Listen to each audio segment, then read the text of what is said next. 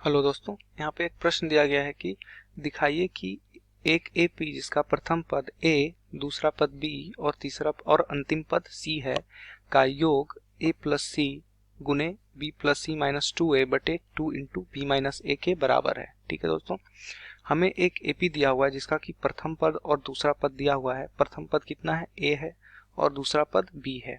ठीक है, और दिया हुआ है कि अंतिम पद सी है।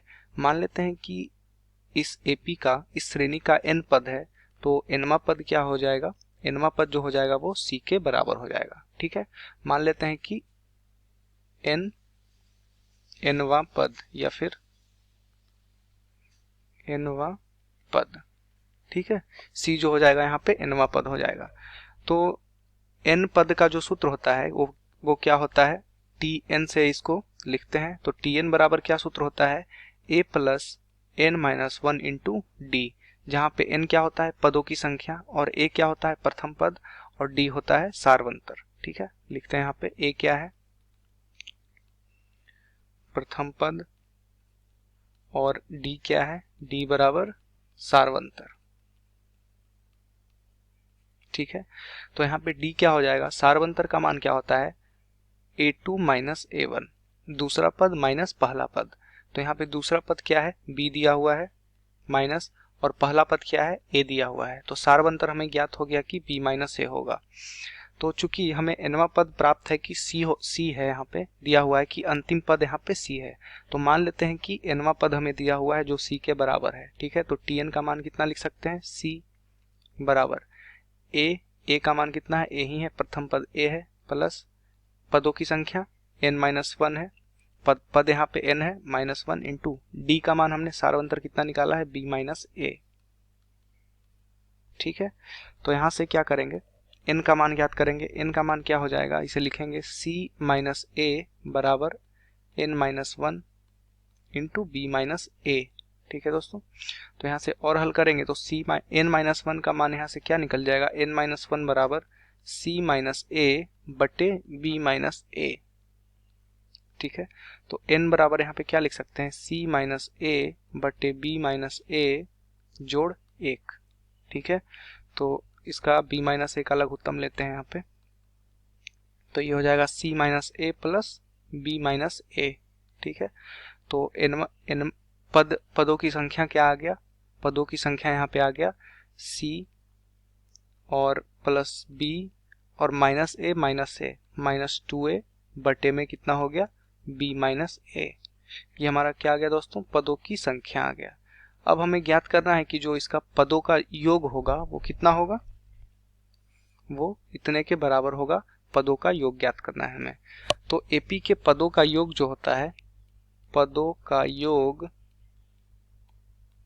ये होता है, या फिर कहें कि n पदों का योग जो होता है वो क्या होता है, n बटे 2 a प्लस l।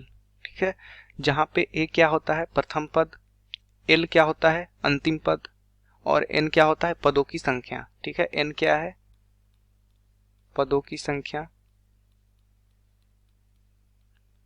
a बराबर क्या है, a बराबर है हमारा प्रथम पद, और l बराबर क्या है अंतिम पद। ठीक है, अगर हमें प्रथम पद और अंतिम पद और n हमें पता है तो इस सूत्र का प्रयोग करके हम क्या कर सकते हैं, पदों का योग ज्ञात कर सकते हैं।